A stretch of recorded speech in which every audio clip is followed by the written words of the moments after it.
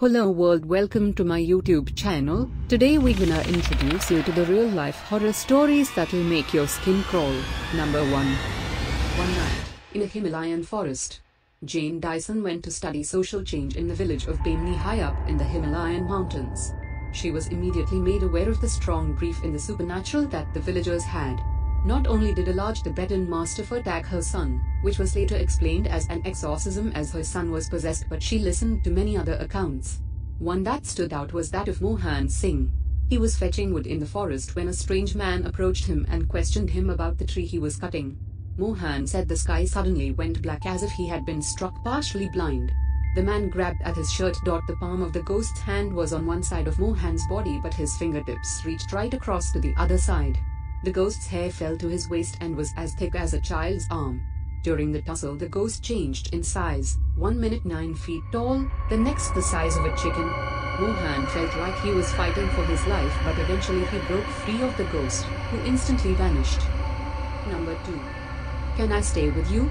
In an article about real-life ghost encounters by Redditors, Insider writes about a child who seems to live in a house without the knowledge of its owners. There is a young boy who lives in our house that our guests have seen. We rent from the original owner and there is no bad history, but a dozen people have seen him walking around upstairs.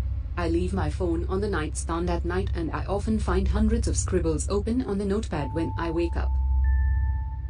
Number 3. The Shadow Men. I am the co-founder of a paranormal investigation team called Paranormal Nights. On one of our investigations in late 2012, we visited a client's home to investigate claims of the paranormal. The client said they witnessed shadow people, objects in the home moving and doors being slammed and locked. After we completed our interviews and began investigating, the home came alive with objects moving. Number 4.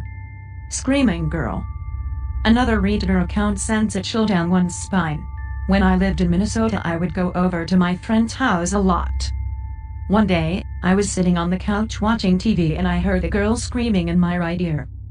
It was like she was screaming at the top of her lungs, but the volume was turned down, so it wasn't the true volume of a scream. There was nothing there, so I just wrote it off. Well, a week or so later, one of the guys whipped his head around and said, "I just heard a girl screaming." We both knew there was no one else in the house. I didn't hear a girl screaming, but then neither did anyone else when she screamed in my ear. I don't think she was mean or bad, I think she was sad. Lonely. Wanting attention. I felt bad that I couldn't reach out to her. Number 5. The Love-Struck Ghost. In Oxford, Ohio, there is a legend of a love-struck ghost. There was a young man courting a young woman in a rural part of town. Because the woman's parents didn't approve of the match, after her parents went to bed, the young woman would sneak out of her farmhouse and flash the lights of her parents' car 3 times. One night he took the turn right before her house a little too sharp, says Brad Culp, a student who explored this legend.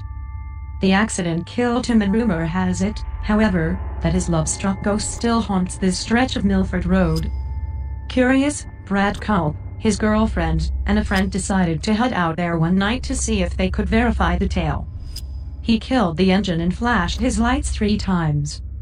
No joke, there was a single headlight that appeared 3/4 of a mile down the road, Culp says. You saw it start to come, going pretty slow. It kept coming and coming. My wife was freaking out. It was coming closer and closer. As a collision seemed imminent, Culp turned on his car's lights. He expected to see a kid on a bike, bailing out from his prank now that he'd been caught. But there's nothing there. The light is just gone, he says.